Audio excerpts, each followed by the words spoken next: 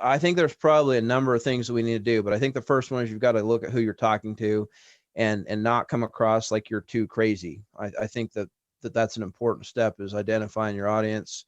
The second thing I think that you've got to do is be educated. If you're telling people things that aren't accurate and true, and they can immediately see that, I mean, I think almost anybody's meter goes off. And just as some examples of things that I hear other people that love the Second Amendment equally say, like I, for example, hear people say all the time, any gun law or any law that's passed is unconstitutional. It's anti-Second Amendment. And I actually, while I don't like new gun laws being passed, I'm not sure that that's actually historically or constitutionally accurate.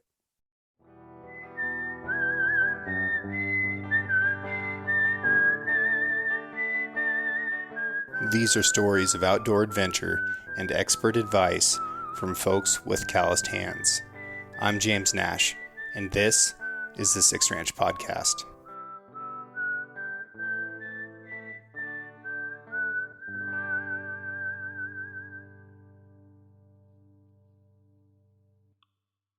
The Six Ranch Podcast is brought to you by Sig Sauer. SIG is a leading provider and manufacturer of firearms, electro-optics, ammunition, air guns, and suppressors. For over 250 years, Sig Sauer Inc. has evolved and thrived by blending American ingenuity, German engineering, and Swiss precision. Today, Sig Sauer is synonymous with industry-leading quality and innovation, which has made it the brand of choice amongst the U.S. military, the global defense community, law enforcement, competitive shooters, hunters, and responsible citizens. Sig Sauer is also a premier provider of elite firearms instruction and tactical training at the Sig Sauer Academy located in New Hampshire. For more information about Sig Sauer and its complete line of products, visit sigsauer.com. Mr. True Pearce, you have, a complicated profession or professions. Like if you meet somebody and they say, well, what do you do? How do you even answer that? You got a lot going on. It really honestly depends on who it is I'm talking to. Most I give different answers depending on who's asking. Okay. Well, let's say it's generic. There's a lot of people listening. So, how would you answer? Well, if it's a liberal, I tell them I'm an attorney. If it's a fellow hunter or shooter, I tell them that I'm the editor for Guns America magazine and Hunt 365. And, and if it's a shooting competitor, then most of those people already know me, and I used to shoot competitive 3-gun and a little bit of competitive long range stuff. So I guess it just depends on who I'm talking to as to what I'm doing that day. If it's the IRS, I tell them I have a ranch and that I have cows and horses and and that I lose money every year. Yeah, lots and lots of expenses. Right? What kind of law do you practice? So I live in Idaho, which is a small state, and I do a lot of country style law practice, which means I've kind of done a little bit of everything, but I mostly now do criminal law, which is what I like the most. I enjoy that more than just about any other type of law. What does that mean? Well, in our country, our great country, we have a constitution, and our constitution provides us safeguards and freedoms that almost no other country in the world has. They guarantee us things like the fact that we're not considered guilty, that we're considered innocent until we're proven guilty. We have a actual constitutional right to have a jury by trial, by our peers. We have certain safeguards that I guess protect us from just having our freedom taken away and being thrown in prison. And so whenever anybody's accused of committing or breaking a crime in America, they're given the right to have an attorney, and that attorney makes sure that the rules are followed before that person's freedom is taken. So that's sort of what I specialize in, is that style of or type of law. Okay. So is defense attorney the same thing? Not necessarily. So there's always two sides, right? So there's an attorney that's a prosecutor that actually prosecutes the person, and they also practice criminal law. And then defense attorneys are the opposite side. They're who represents the defendant or the person being accused. So you could be a criminal law attorney and be either on the prosecution or the state side, or you could be on the defense side. Okay. And which side of that do you land on? Oh boy, I knew you were going there. So believe it or not, I'm actually a deputy prosecutor in a small county in Idaho, and I just go up and help with trials. Okay. And then the rest of the time I practice defense in other counties. Okay. So I do both, which is really honestly pretty unusual. Yeah. Well, I think that probably makes you better at each of them, right? Absolutely. There's some people that kind of lose their minds over it. Some attorneys don't think you can do both, but I think it gives you a really balanced sort of perspective. I would assume so. I think anytime that you can be proficient interdisciplinary, that it makes you better. Like if you are a good bow shot, you can turn those skills into being a good pistol shot or a good shotgun shot or a good rifle shot. Absolutely. They're wildly different skills. They're not even the same muscles, but it's similar enough that it does make you better at everything else that you're doing. Yep, I agree. So tell me more about Guns America. So Guns America is a free publication. They're 100% online and digital now, but we're probably the biggest publication in the entire industry. Like when we go to SHOT Show and cover SHOT Show, we usually bring a crew of 12, 13 people and a camera crew and cover SHOT Show bigger than anyone else. We're publishing 20 plus articles a week at Guns America between the news side and the hardware side. And then, and it's a subscription based, but it's a free subscription. We've been around a long time. I wish that, and I've been the editor of that publication for, I think, about 3 years now. Wow. Cool. And then Hunt 365 is fairly new. We actually started that after I started, and it's the hunting magazine nobody's ever heard of, and yet we probably have more subscribers than any other individual hunting magazine. So it's a monthly hunting magazine. It's free as well. It's part of Guns America, but it's focused on hunting and gear and that type of stuff. In fact, our host today, James, has actually written an article on that. If you guys haven't read it, you should go check out his goat hunt, his Alaskan goat hunt on there. Yeah, we'll throw a link to that one down there in the bio. And I'm about to step off for another hunt tomorrow that True's a little bit jealous of. I do have boat space if you want to come jump in. Like we can make this happen. When are you leaving tomorrow? Yeah. Oh man, I would love to. I'm actually. How long are you going for? Oh, just a week. Oh yeah. Well, I actually have court Thursday, and I'm teaching a private class to a, believe it or not, a church. I'm teaching an Idaho enhanced class to them, an 8-hour course Saturday. So, oh nice. Yeah, they're gonna all be packing. It's gonna be a safe place to go worship. Yep. Safe or dangerous, depending on your perspective. Nobody's falling asleep during that. Well, awesome, man. The reason that I really wanted to have you on, other than that I enjoy talking to you, is I want to get into how to talk about gun policy. The president stepped out with some new executive actions and some directives and some wish lists for Congress, and it was all a little bit scary and confusing for gun owners. And then I think if you're not a gun owner, but you still believe in the Bill of Rights, it was probably disconcerting on that level too. It sparked a lot of emotions with a lot of people on both sides of the debate. And I wanted to talk with you about how do we talk about gun policy with people who are in the middle of the road, with people who are on the other side of the fence, and amongst ourselves. Like it's sort of like driving a truck or cooking steak, where every guy out there thinks that he's good at it, but probably not. So, I mean, how do you have these conversations? Because you have to have them a lot. I do, and I think it's kind of a multifaceted sort of situation. I think something else to talk about, whether or politics, or if you're, regardless of what it is you're doing, you kind of have to gauge who your audience is. And then I think you have to be smart about it. I'm absolutely a Second Amendment advocate. I love guns. I believe in guns. I've been shooting guns since I was a little kid.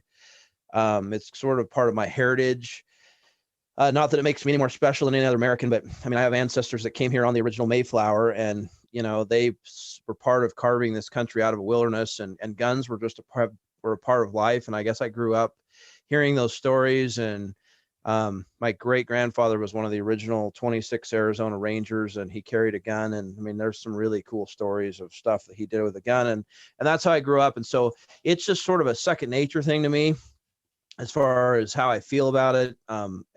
And of course, obviously, I love the Constitution, and the Second Amendment is a large and important part of that. But not everyone understands. Not everyone agrees. We're really far removed from a time when, you had to carry a gun or you might be killed in this country, and in fact, even in the states that we live in.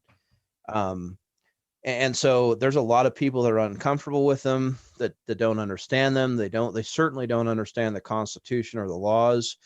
And even people that are like-minded, that believe in guns and the Second Amendment, often, I think, as you're kind of suggesting, don't know how to talk about it. And we come across as crazy and maybe more zealous advocates than we should be. And so I guess I think there's probably a number of things that we need to do, but I think the first one is you've got to look at who you're talking to, and not come across like you're too crazy. I think that's an important step, is identifying your audience. The second thing I think that you've got to do is be educated. If you're telling people things that aren't accurate and true, and they can immediately see that, I mean, I think almost anybody's meter goes off. And just as some examples of things that I hear other people that love the Second Amendment equally say, like for example, hear people say all the time, any gun law or any law that's passed is unconstitutional. It's anti-Second Amendment. And I actually, while I don't like new gun laws being passed, I'm not sure that that's actually historically or constitutionally accurate. And we've got a lot of people that are scared today. And that's part of our problem. They don't know how to protect themselves. They don't know how to defend themselves. They don't know how to shoot a gun. They don't understand the mechanics. They don't understand the legal issues. And so because of it, they count on the police and local government to protect them. And people that do understand it and carry guns are scary to them. And so I think it's important that we educate ourselves on the statistics. Like, just as an example, police officers are very proud of the fact that they're one of the most law-abiding groups of people in the United States.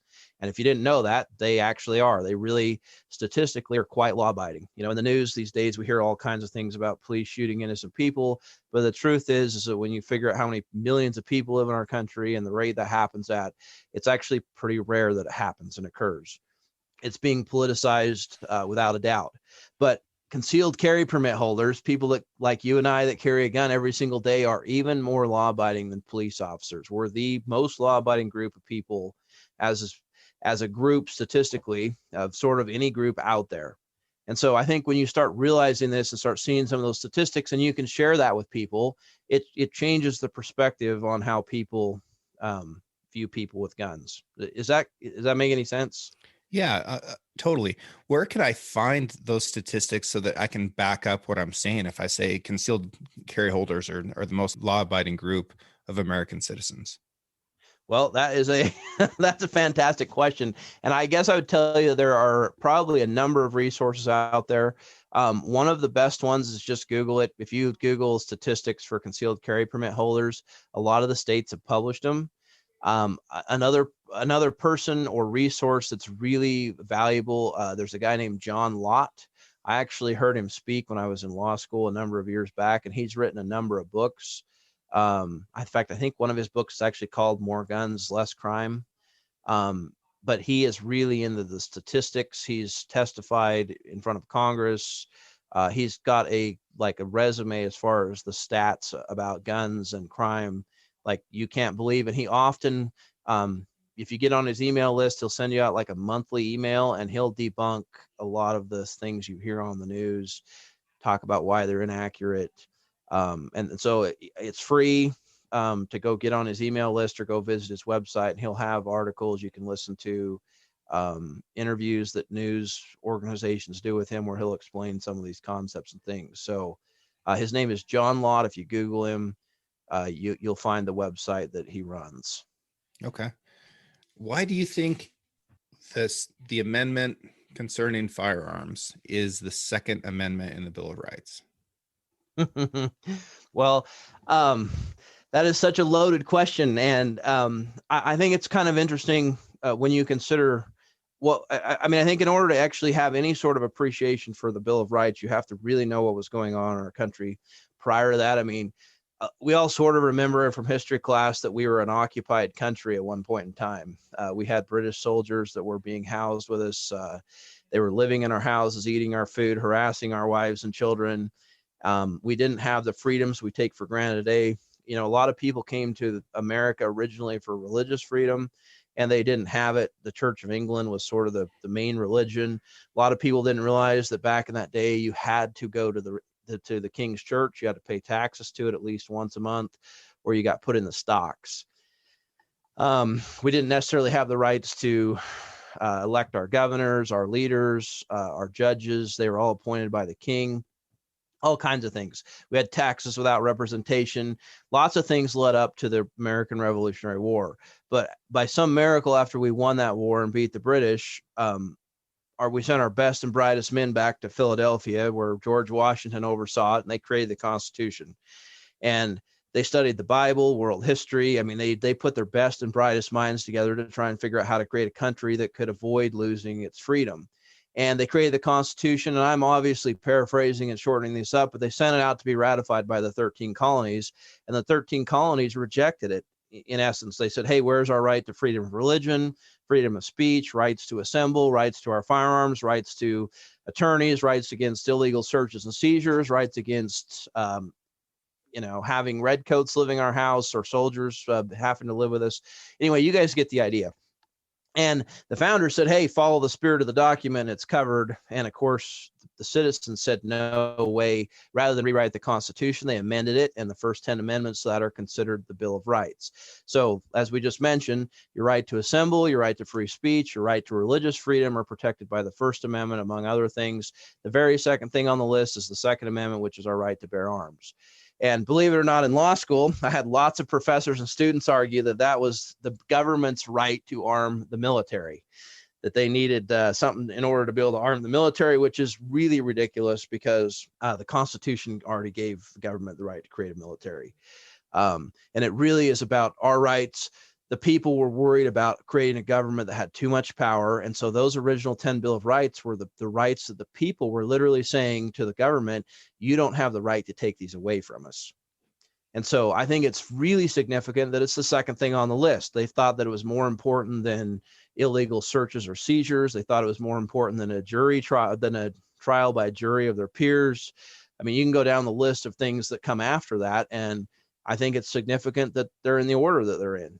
So I know that was a long-winded answer, but I think you have to really understand that, hey, these are people that just got done fighting against a tyrannical government that tried to take their freedoms, and they wanted to make sure they weren't going to recreate it by creating a federal government that could do the exact same thing. And so, yeah. The wording in the Second Amendment is a little weird. Like it doesn't read the way sentences read today. And I think that opens itself to people trying to interpret it maybe other than how it was originally intended. And for those, law students and professors who are talking about, that being about the government arming the military, it specifically says militia. And a militia is a military force that is raised from the civil population to supplement a regular army in an emergency.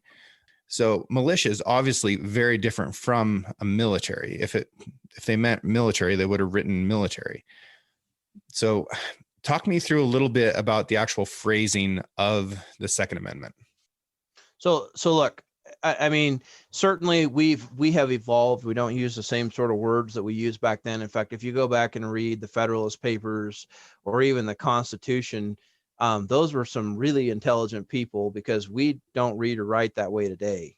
In fact, highly educated people struggle with understanding the vocabulary in what commonly was read by farmers back then. So I think that people get a little too hung up on this. You're absolutely right, though. The militia was absolutely the people. In federal law, it was actually codified, meaning it was actually written into federal law who that meant. And it basically tells us that it's every able-bodied man up between the ages of like 17 and 56 is a member of that emergency militia. And so it's essentially the people. That is exactly who it was. It was the 13 colonies that originally gave the federal government power, that created the Constitution, that created the federal government.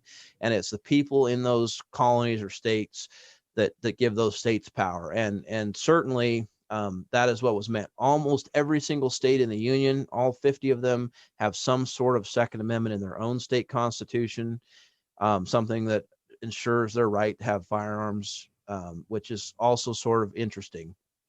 But yeah, I mean, the term militia was not about a standing army. It was not about the government's right to arm the military. In fact, James Madison, who is often called the father of the Constitution, he was actually asked the question, what's the safeguard in this federal government? What is going to prevent a evil president from taking power and then taking the military and turning it against our states and taking our freedom? And his answer to them, he answered it in Federalist paper, I think it was 26.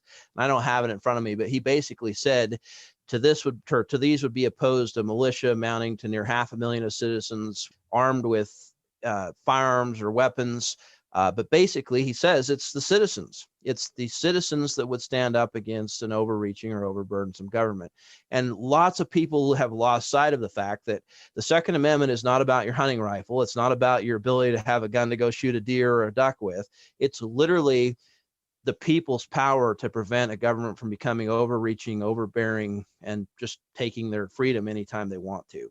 And so when you look at it in that light of, hey, we the people gave this power to the government and we can take it away as long as we have the ability to, then it becomes pretty important that we continue to have the ability to, or else we don't really have any power. Yeah. That's seems so easy to understand. Like, it really feels like people that oppose this are really just trying to find a way to poke a hole in what is very obvious. Like, shall not be infringed is intentionally, like, we're serious. Like, this Sure. is the language we picked so that in case you thought that we weren't being clear about this, we're like super, super clear. Sure, absolutely.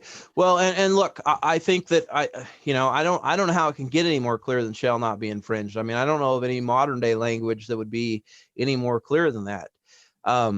But at the same time, I think we also have people that take that a step further and sound crazy because, for example, I've had gun advocates very much believe or say to me, hey, anything that requires me to train is an affront to my Second Amendment right. And I actually, believe it or not to offend anyone here, think that historically they're probably wrong. If you guys have never heard of it, and I'm curious, so I'm going to ask. I hate to put you on the spot here, but do you know what the biggest holiday in America used to be? Just guessing. Oh, that's a great question. I have no idea. Okay, so the Easter? biggest holiday in America, I would have if I was guessing and I didn't know the answer, I just said, oh, what about the 4th of July? We used to be more patriotic, Christmas, something like that. No, believe it or not, it was actually called Muster Day, Muster, and it was an actual national holiday that was done away with. And Muster Day, Google it. Anybody listening, go Google this and you can go find out more details about it.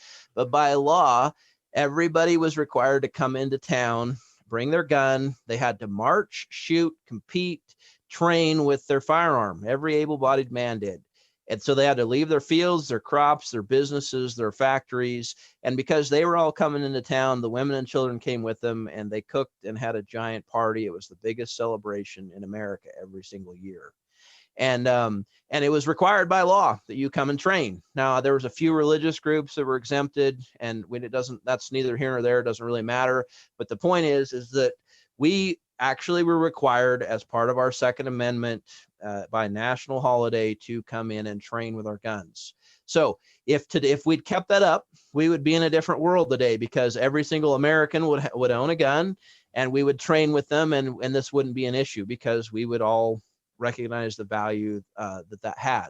The problem is, it's been a very long time since Americans have had to actually kill something to eat it. They don't understand what hunting does, or the roots, or where it came from. They don't understand how to survive. They don't understand that a firearm is nothing more than a tool. They don't understand the importance of having one to protect themselves, their family, their property. They don't understand the legal implications of having one. And it's scary to them because of what our Hollywood and media and news have told the average person. So the more educated we can be as Second Amendment advocates, the more knowledge we can have about and statistics about firearms, and the more we can explain and educate people without sounding crazy, the more influence that we will have. I can promise you this: if we walk around and open carry and sling AR-15s on our backs and carry them into Walmart just because it's legal in our state, we're not going to educate anybody. We're not going to gain any friends. The people that think it's okay are going to think you're weird. The people that don't think it's okay are going to hate it and want to go run for the legislature so they can pass a law to make you stop. Now, I believe you have the right to open carry. It doesn't exist in every state anymore because it's been done away with in many of them. But I think if we could ask George Washington, is it a constitutional right? He would say, yeah, absolutely. But we're going to continuously lose those rights unless we're careful about how we use them. So when you go bear hunting tomorrow and you open carry on your boat, there's not a problem with that in the world. But if you were to come back and go into Portland and open carry, you can't in Portland, so that's a bad example. But if you were to come back to Boise and go open carry in a bank and a whole bunch of people see you, you would certainly make people uncomfortable. It's not illegal in Idaho to do that, but you'd make people uncomfortable. You wouldn't gain any friends. You're certainly not educating people by doing it. And so I think sometimes we have to look at what our actions do and how they come across. Now, if you're going to a hunting camp, if you're going to a shooting club banquet and everybody there is going to be wearing their cowboy boots and open carrying, by all means, slap on your 1911 and your best holster and go open carry. But I think we have to look at what our actions do and how they're perceived. And I don't know, I just went on for a really long time. But I think it's an important sort of thing to keep in mind, how we come across to people that don't understand what we do. And in the same way with some of these other amendments, we have freedom of speech, but we all know that we have to be careful about what we say. There's an effective way to communicate, and there's an ineffective way and an offensive way to communicate. Just, sure, don't be that guy. Yeah, don't put it in people's face if you don't have to. Okay, so there's a couple things that came up with President Biden's speech that I believe are more complicated than people let on. And the first one is high capacity magazines. And he specifically talked about 100-round magazine.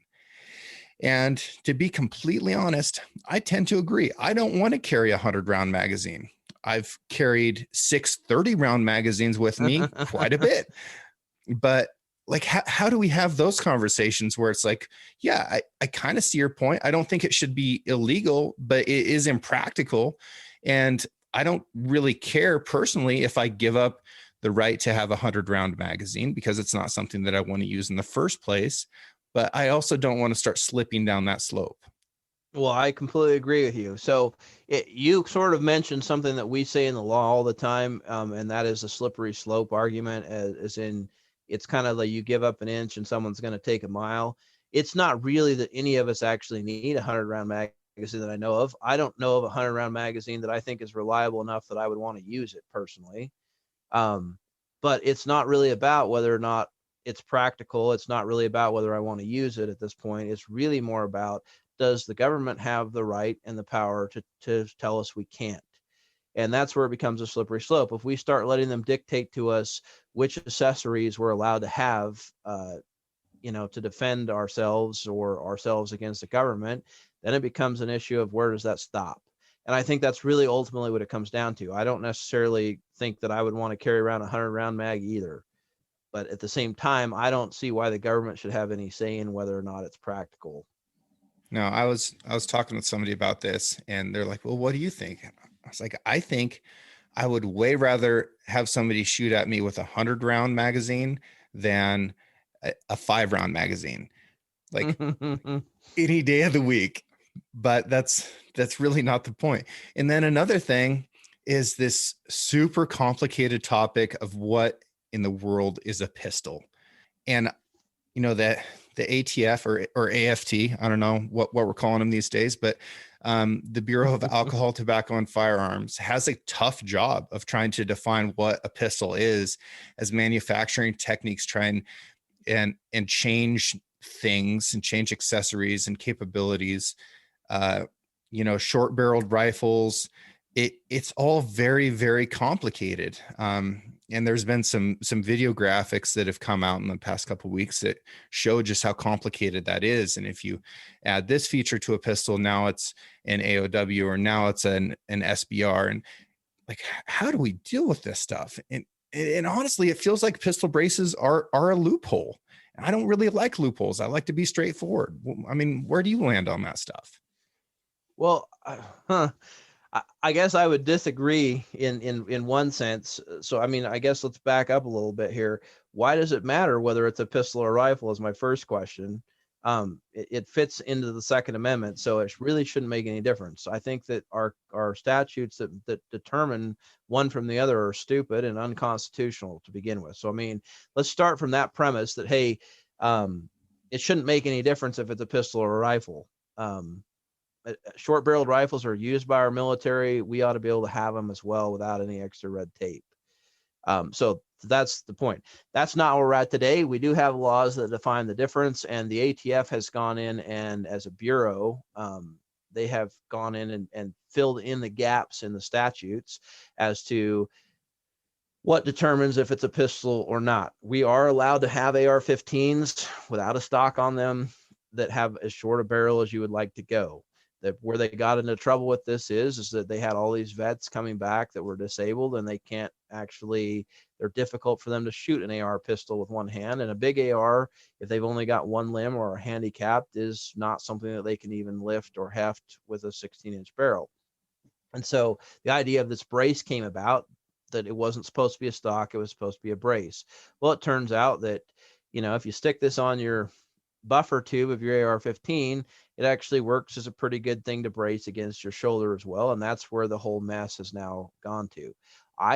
My personal opinion is that they're stuck with their definition of what they have defined. I mean, they very clearly made it okay at one point in time. People bought parts and accessories and pistols, and I think it's way too late to go back and act like, wow, we screwed that up, let's rewrite this. There are not dozens of crimes being committed by AR pistols. The majority of AR-15s that are owned in this country are owned legally, they're obtained legally, and they're owned by law-abiding citizens that are not committing crimes with them. And I don't really personally think that that an AR pistol is any more dangerous. In fact, you could make the argument that it's less dangerous than an AR rifle. Certainly has less velocity, and at a certain point, the 223 round is somewhat anemic anyway. You bleed 400 or 500 feet per second off of it, and it's not going to penetrate even pistol armor. So, there's all kinds of arguments that can be made. I think it's all stupid, and that they ought to be required to stick with what their original definitions were.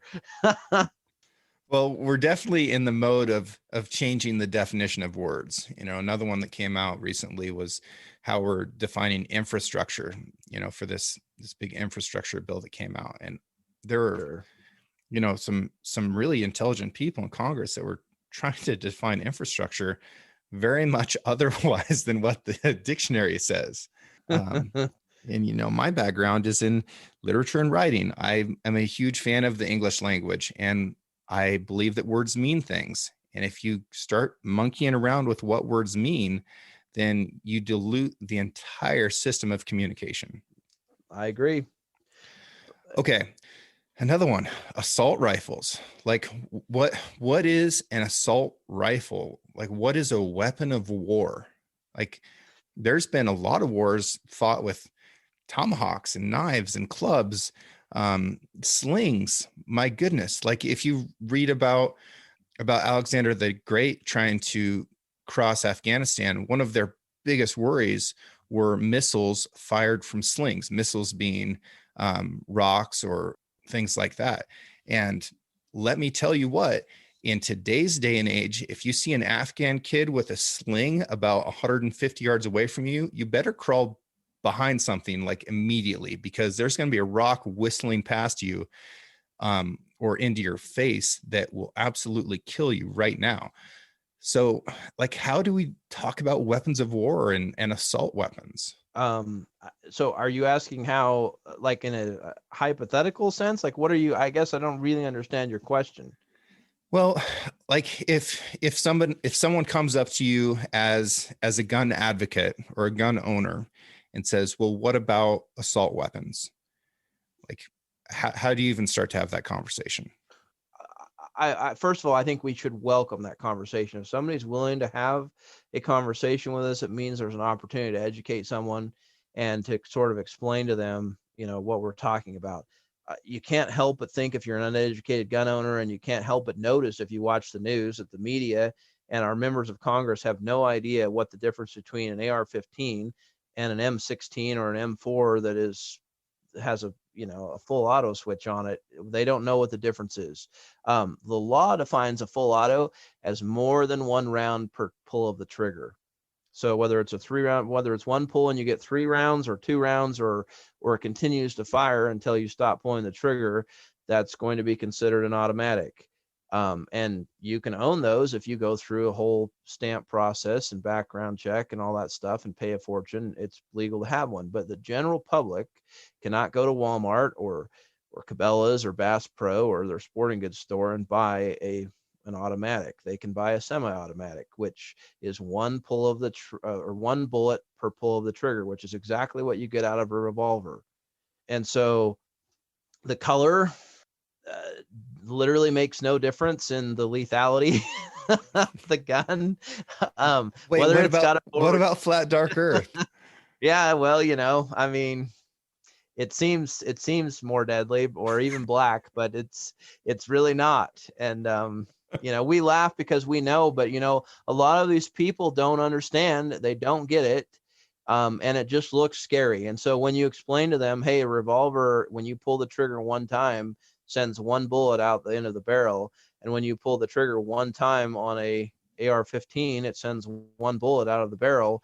They go, really? That's not how I understood that.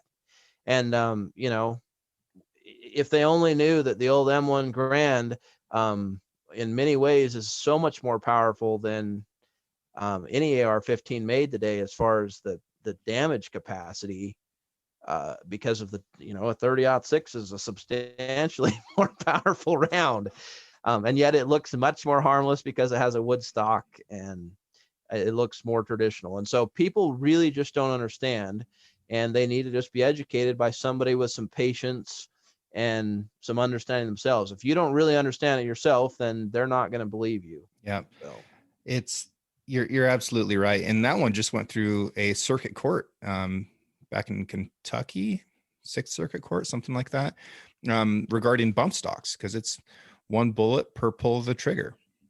right. Well, unfortunately, we had a lot of gun advocates in the industry that came out, and it really was saddening to me, and acted as though, hey, President Trump doesn't believe in your guns, and here's the proof: he banned bump stocks. Look, I'm not happy about the fact that he did that. I actually believe he probably did it with the idea, knowing that it would not stand up in court. What he did, there's no way that any attorney could have believed that it would have stood up in court if you knew what the definition was. It was a sacrificial lamb. They were screaming for blood. And honestly, it was unfortunate. I'm not happy about it. But yeah, you're absolutely right. A court that is going to go and look at the statute is going to say, yeah, this doesn't get there. So yeah, yeah. I mean, in these executive orders that you're talking about right now, I mean, they're all fine and dandy, and we may see some short-term changes. The ATF may crack down and come down harder on things that are sort of gray areas, but unless Congress actually passes a law redefining what a pistol is, they have their work cut out for them to do this legally. Yeah, I don't know. I feel like it's a good thing to have an accurate firearm. And I feel like it's a good thing to practice and become proficient with a firearm. I was recently up in northern Idaho, having dinner and overhearing some conversation from a table next to me, and they'd heard somebody practicing shooting out in the woods somewhere. It's northern Idaho. This is not a rare occurrence, and Right. they were concerned about that. And this guy was saying, I just don't know what they're practicing for. Are they planning on going in and shooting up an elementary school? It's like, almost definitely not. Like, but that was really his fear. And it came from a place I felt like of misunderstanding. Like, this is something that you have to be proficient with. And the way to do it is to use the thing in a safe environment. So, I mean, that with the ammunition shortages right now, it's hard for people to remain proficient because they can't have access to ammunition, and it's hard to practice without actually shooting. It's possible, but it's difficult. We're just in a tough situation in a lot of ways as gun owners and as gun advocates. But there are a lot of people who are willing to reach out and ask for information. And I have people who are very left-leaning politically who reach out to me on almost a daily basis to ask questions. And like the First Amendment is about that. It's about communication. And I don't want to shut anybody down, even if they're coming at me and they're mad about it. Like I want to at least try and have the conversation and figure out what their concerns are and where they're getting their information, and then see if I can provide a little bit more information that can at least open them up to wondering or questioning the way that they feel right now. Right. Absolutely. But Well, I was this because of COVID here in Idaho, going to the DMV to register a vehicle has always been relatively easy. Like, I've never stood in line ever for more than 5 or 10 minutes. And because of COVID and some changes they've made, they're way behind. They were shut down for months. And I showed up at 6:30 in the morning the other morning to try and get a vehicle registered. And there was already 25 people in line. I mean, it hadn't even opened yet at 6:30 in the morning. And, I had the thought, it's unbelievable to me that this is where people, this is a government bureaucracy that has got requirements on how we can drive our vehicles. It's unbelievable to me that people want something like this to protect them, that they're going to depend on something this inefficient to protect them, or to provide their health care insurance, or not insurance, but their health care. I mean, guys, we're just always going to be better off without the government involved in certain aspects of our lives. And when it comes to your personal protection, your own safety, protecting your family, like, that really legally 100% falls on us. And people that think the police can be everywhere at once have a really warped sense of reality. So forgetting the whole aspect of, hey, the Second Amendment was really to prevent an overreaching, overburdensome federal government, just the aspect of being able to protect yourself from a bear in the woods, a meth head that would like to, take advantage of your property and your house, or someone that actually means real physical harm to you or your family. Just to think we can delegate that out to the government or subcontract it out to them and think that we're going to come out okay is ridiculous. Criminals don't follow the law. They never have. That's why they're criminals. It's already illegal to murder someone or rape them or rob them. Taking your ability to defend yourself away when someone tries to do that to you is not going to help the problem. And so I would highly recommend, I mean, based on the topic we're talking about, go look up the statistics, read about them. There are many, many stories of people, law-abiding citizens, defending themselves. Stay up on that stuff. And so that you can tell those stories and educate people on those situations. Something that's just interesting that you may not have heard before, I'll just touch on it briefly, but as an attorney, most attorneys know this, you cannot actually sue the police for failing to come and serve and protect you. So for example, there's a really famous story that happened in Washington, D.C. a few years ago, where some women had home intruders come in and rape them and rob them. And a couple of the roommates were upstairs and could hear the roommates downstairs screaming. They made 2 different 911 calls and then went and hid in between them, and hours went by. No police ever came. Uh, when they went to court, the judge in the case said that the ordeal lasted for 14 hours, being raped and beaten. I mean, we're talking about pretty horrific story here. And ultimately, though, he dismissed the case because there's longstanding case law in this country in every single state that you cannot sue the police. So even though they called, even though the police said they would come, the judge ruled that they did not have any duty to come and protect those people, but they only have a duty to the public in general. So the point here is that even if the government takes your guns away, like they have in other countries, they still don't have a legal responsibility or duty to come and protect you. And it's an important sort of thing to realize. The stories are out there, the case laws out there. So educate those neighbors that you have that don't think that a gun is important or necessary. Teach them the law, help them understand some of this stuff. I can tell you as an attorney that if you went down and sat at your local courthouse and watched the arraignments, which is where they first read people their rights and read what they're being charged with, you would be dumbfounded by the amount of burglaries, robberies, assaults, sexual assaults, hours of them every week in your neighborhood. It's happening around you. It's not publicized on the news anymore. Unless it's really bad, it just isn't even on the news. You don't even hear about it. But your need to own a firearm is probably greater than it's been since the days of the Western frontier when you couldn't call 911 and expect anyone to show up. So, and to become proficient with it. Absolutely. Look, the worst thing you could do is know how to use a gun and not know when you could use it. So there's the legal proficiency that you need. And then there's the other aspect of, I've got a gun and I know when I can use it, but I'm not physically capable of operating it or operating it in a safe manner. And you hurt your own family member, you hurt an innocent person. I mean, all of those are equally bad. There's happened not too many months ago, but there was a homeowner charged. He had a burglar in his house and he chased him out of his house with a firearm 2 blocks down the street and shot him climbing his neighbor's fence. Well, the homeowner is getting charged with murder, as he should.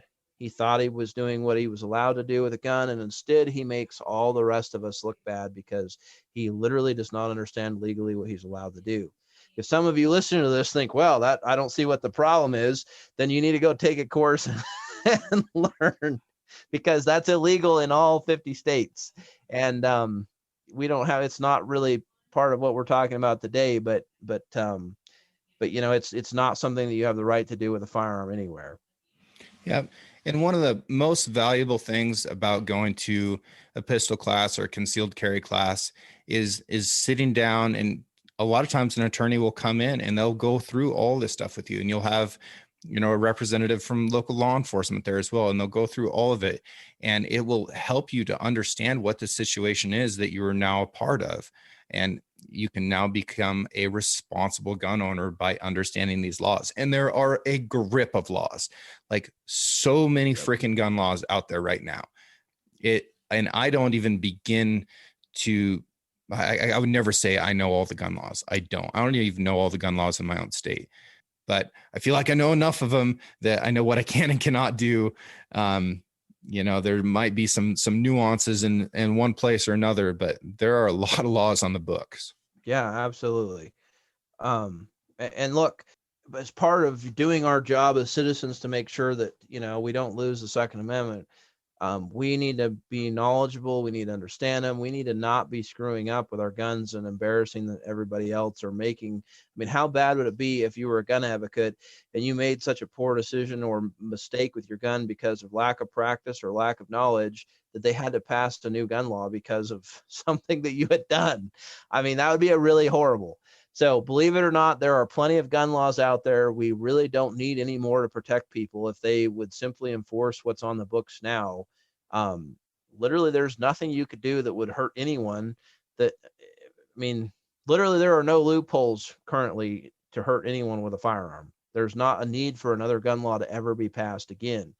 And yet, for some reason, that there's an agenda. I think it's an agenda. I think that they want us disarmed. I think it's certainly a movement that has been coming for a long time, and it doesn't necessarily have anything to do with logic or common sense. And so I think if we can educate people, it'll make a difference. And, during this COVID thing and the unrest and uncertainty and the riots and the BLM riots and all the other things that have happened, there are a lot of people that have never been gun friendly that for the first time are buying firearms. And it's a great time to be, instead of saying, wow, I wish this wasn't happening because now I can't find ammo. It's a great time to be educating people and being involved and saying, hey, I've never seen you at the range before. Let me show you how to load that without pointing it at everybody here, rather than giving people a bad experience. I did it yesterday. There's a gentleman out on the range, and I was setting in a rifle for this hunt I'm about to step out on. And we were walking out to the 100-yard target to put some paper up. And he said, I haven't shot a gun in 30 years. I was like, wow, that's great that you're getting back into it. He bought it with a stimulus check. I think that's really smart of him. He'd had a hard time finding ammo, just like everybody else. So I sat there and made sure that he got zeroed and spotted shots for him and helped him understand mils, because he had a scope that was in mils and he'd never heard of that before. And, he was starting to wrap up just as he had gotten sighted in. And I said, well, don't you want to shoot a little bit more? And he's like, oh, I just don't have any ammo. I was like, well, I've got a couple boxes of 5.56. Why don't you keep practicing, and then you can have a little bit to take home. And, I'm not out anything by doing that. And that was a good experience for him. And hopefully he can take that good experience and help somebody else have a good experience too. Right. No, that's exactly what we all need to be doing. Yeah. I honestly, that's exactly what we all need to be doing. Well, True, I really appreciate your perspective and your knowledge base on all this. It's, you know more about this history than anybody that I know. It's super interesting. And I encourage people to check out True, check out Guns America, check out Hunt 365. We'll have links to all that in the podcast description. And yeah, man, I just appreciate your time, and I'm sorry that you're not going to be able to make it out on the bear hunt, but I'm sure we'll be out hunting again or shooting together again soon. Yeah, I'd love to go sometime. So good luck to you guys, and be safe out there. Okay. Thank you, sir. Hey, you bet. Thank you.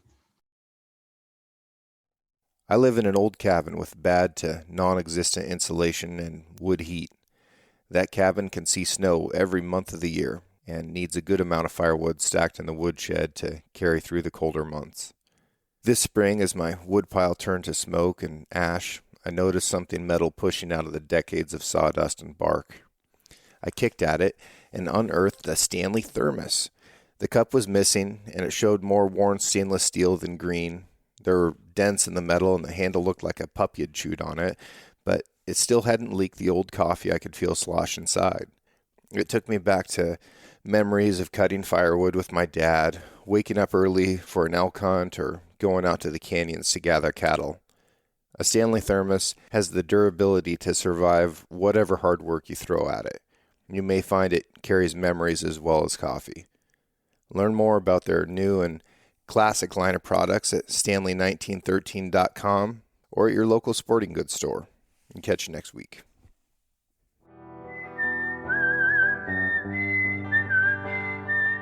Thank you for listening. If you enjoyed this episode, please subscribe and share the show with a friend. You can also rate the podcast and leave a review. Your support allows me to keep doing what I love, which is meeting incredible folks and sharing their stories with you. For more content and photos, follow the show on Instagram at Six Ranch Podcast or me at Six Ranch Outfitters. This episode was produced by Emily Brannigan, with original music written and performed by Justin Hay. Art for the Six Ranch Podcast was created by John Chatelain and digitized by Celia Christofferson. Tune in every Monday for a brand new episode of the Six Ranch Podcast. I'll catch you next week.